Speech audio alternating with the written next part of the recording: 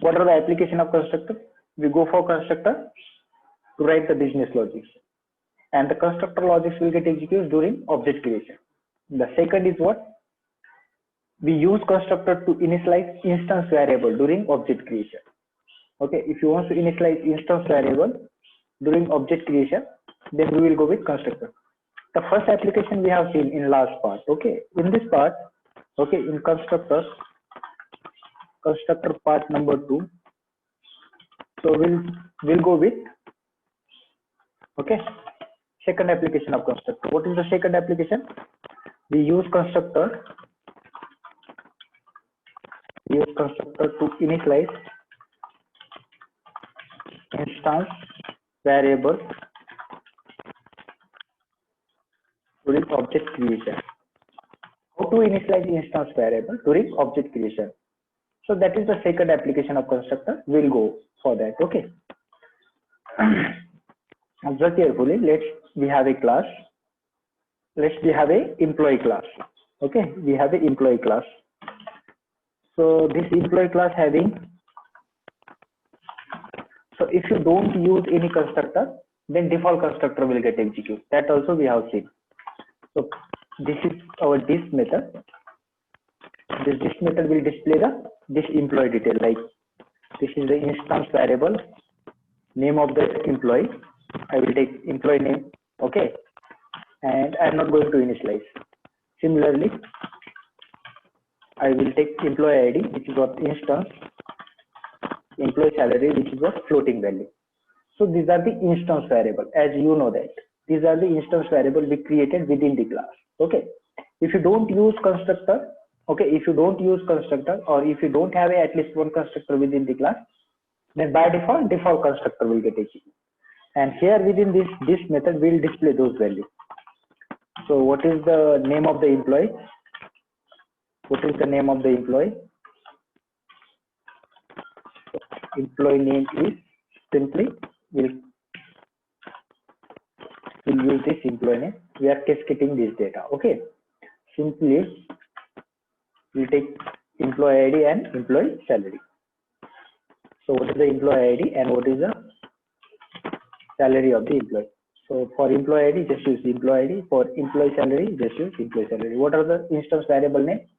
Employee name, employee ID, employee salary. To display those values, we are using this. So take main method.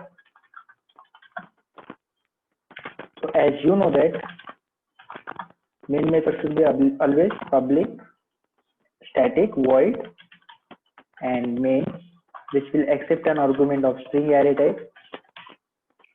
And the moment you create an object of employee class, how to create object? We always create object by using new keyword followed by class name. What is the class name? Employee is the class name.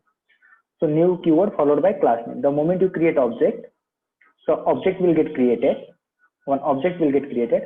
But before going to create object, this is constructor part, guys. Before going to create object, this is constructor part. During compilation time, so this is constructor part. It will check, is there any constructor within the class? No. Then compiler will generate a default constructor, like compiler generated code, default code. Okay, compiler will generate a default constructor. And during object creation at runtime, when you execute this class, this statement, when this statement will get executed, new employee of one constructor, one object will get created, and this object will initialize some default value to the instance variable employee name, employee salary, and employee ID. So what is the default value the compiler will, like this constructor will initialize? Default value for employee name is what? Null. Default value for employee salary was 0.0, that is what? Floating value, that's what. And employee ID is what? 0. Default value for integer type is what? 0. So actually, if you don't use any constructor, then the default constructor will get executed, and the default constructor will initialize some default value to the instance variable. Okay, some default value to the instance variable. So like default value for this. Let me create this employee object.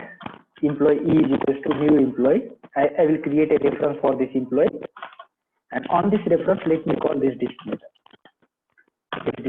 Simply, it will create a one employee object. This statement will create a one employee object, During object creation, it will check is how many number of instance members of the class. Like this is the method, which is what instance. This will get loaded into this object, as well as this employee name, employee salary, and employee ID will get loaded into this object with some default value. Actually, we don't have any constructor. That's what they will get initialized with some default value. And when you call this method, only the default value will get displayed during runtime. So when the constructor will get executed, so when you create an object, during object creation, your constructor will get executed.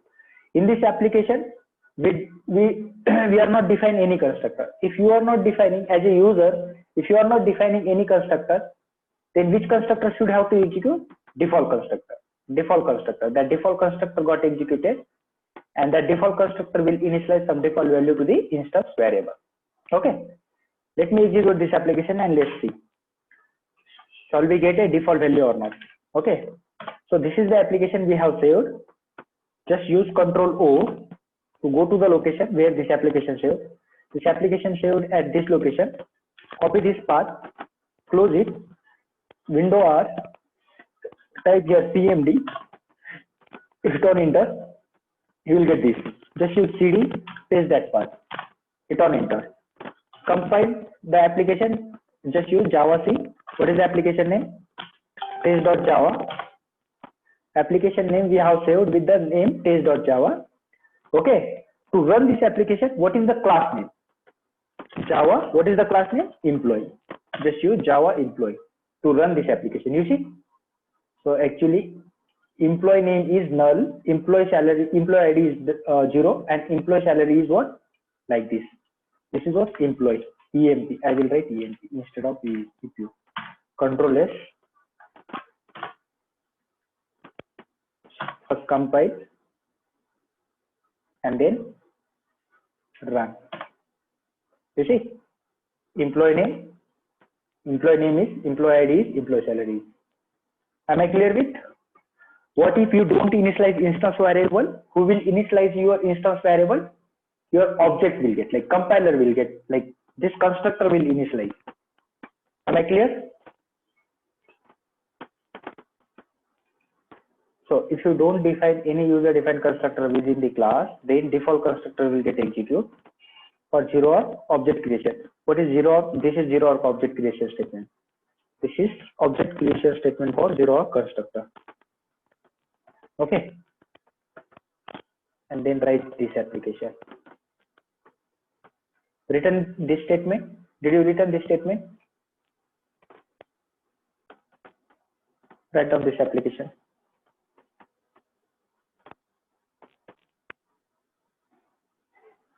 So what is the drawback of this?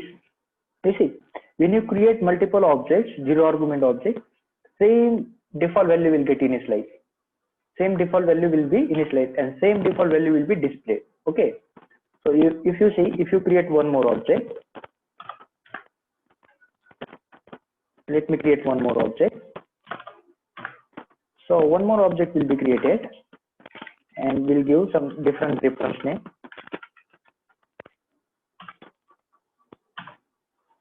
What will happen here? One more object will be created and same default value, 2 times the default value will be generated.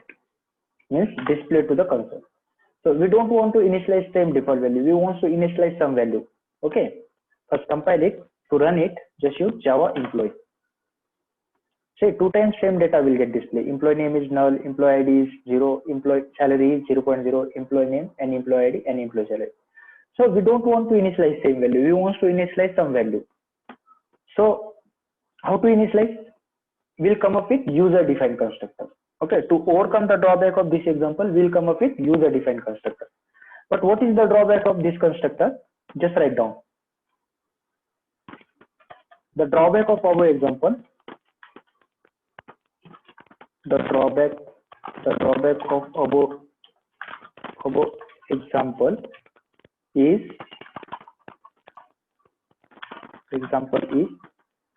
if you create multiple objects, same default value will get initialized to the instance variable, and those value will be displayed again and again. Okay, to overcome the drawback of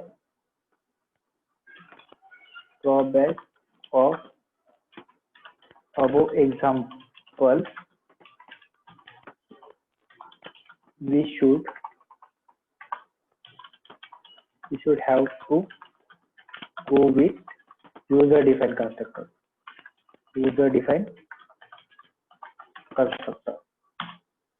Let's see how to define user defined constructor and how to initialize value during object creation.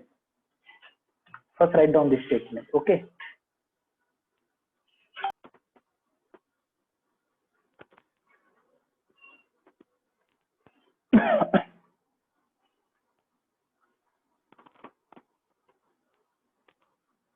Completed.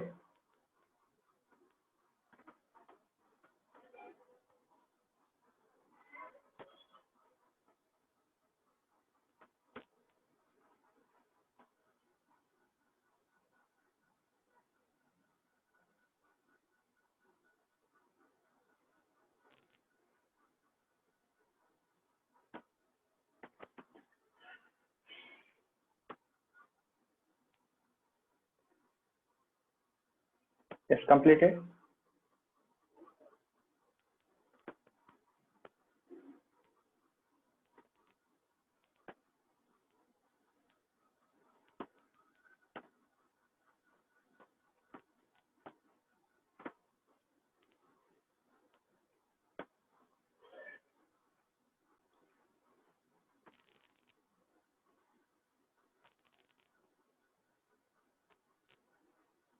So what happening here? This is what we come up with user defined constructor, and this user defined constructor, okay, during compilation time, this is the object part, but before that, this is the constructor part. It will compile. The moment it will create object, it will initialize this instance value to the instance variable during object creation at runtime. When you call this method, those value will get displayed, like we have run here, like this. First compiled and then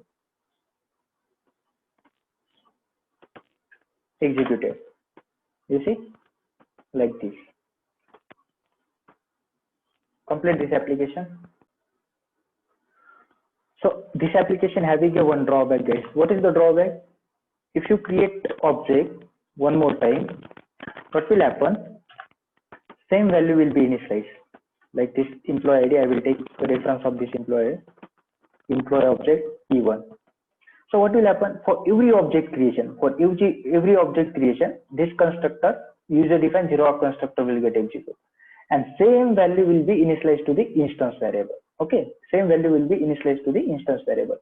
So that is the drawback. You see, if you execute this application,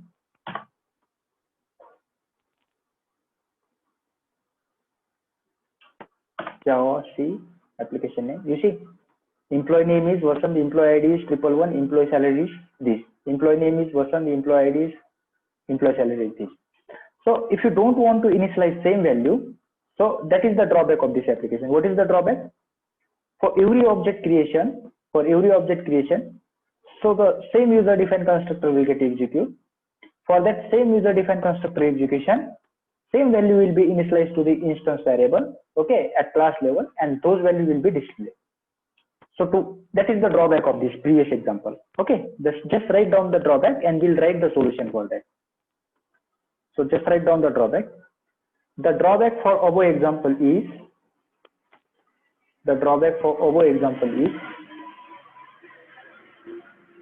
if you create multiple objects,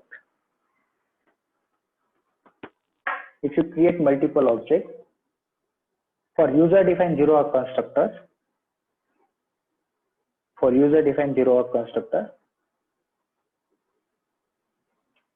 for user defined zero hour constructor, the same value will be initialized.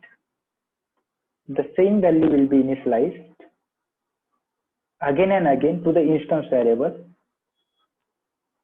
Again and again for the instance variable. Okay. And hence, to overcome the drawback of this, we should have to go with user-defined parameterized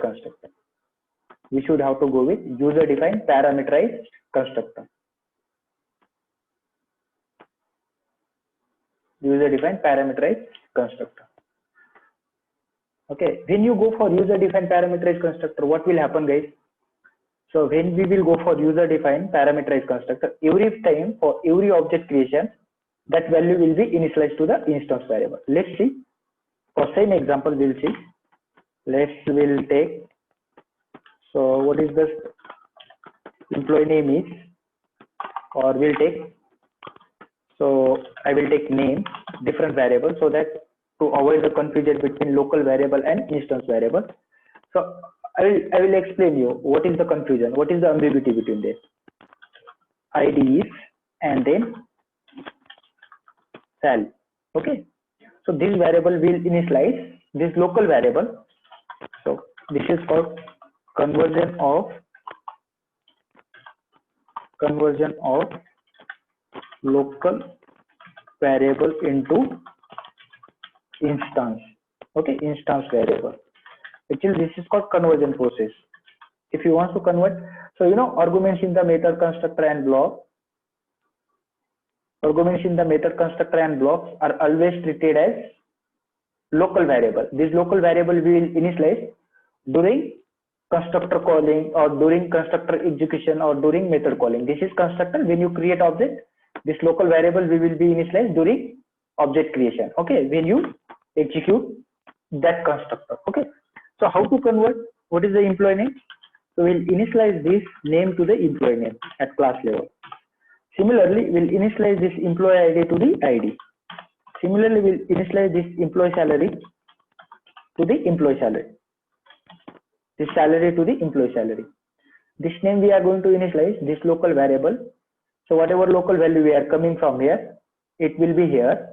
That value will initialize that employee name. This employee name will be initialized during object creation. Similarly, employee ID will get initialized during object creation. Employee salary will be initialized during object creation. Okay. So instead of creating user-defined zero-hour constructor, we should have to go with user-defined parameterized constructor. For every object creation, we will initialize what is employee name. Let's suppose first employee is what person, employee ID was 111, and employee salary is what? Like this, floating value. Okay. What is the constructor? Employee name, employee ID, and employee salary. Similarly, for second object creation, what is the employee name? Employee name is what? Raman, and employee ID is what? 112. We'll consider 112, and employee salary is what? 25,000.55 floating value, like that. So whatever value you will initialize during object creation, okay, the moment you create this parameterized constructor, corresponding, like the moment you create this parameterized object, okay, the corresponding constructor will get executed, and those local value, this is called local value, will get initialized into the as an argument to the constructor, and those values we are going to convert into at local to instance form. And for every object creation, the different value will be displayed. Let me compile first and then run.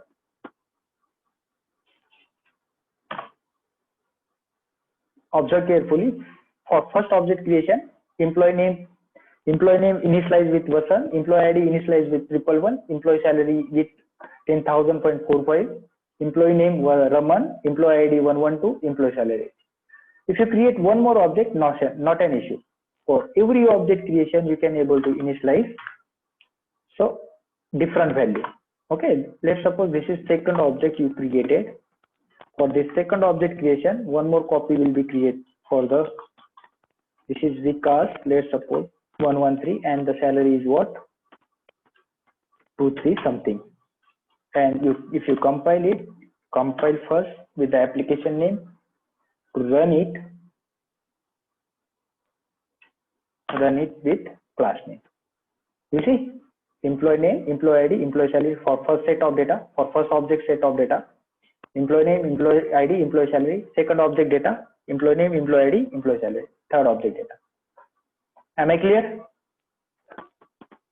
But at project level, this instance variable name and this local variable name both will be same. But if you will use both the variable name as same, the compiler will get confused.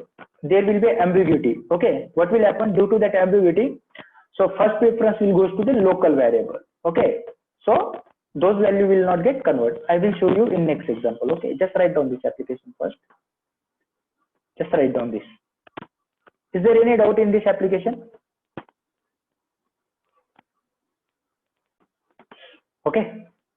So whenever you want to initialize instance variable during object creation, always go with user defined parameterized constructor. For every object creation, they will get initialized. Okay, this is what your constructor part. Now in next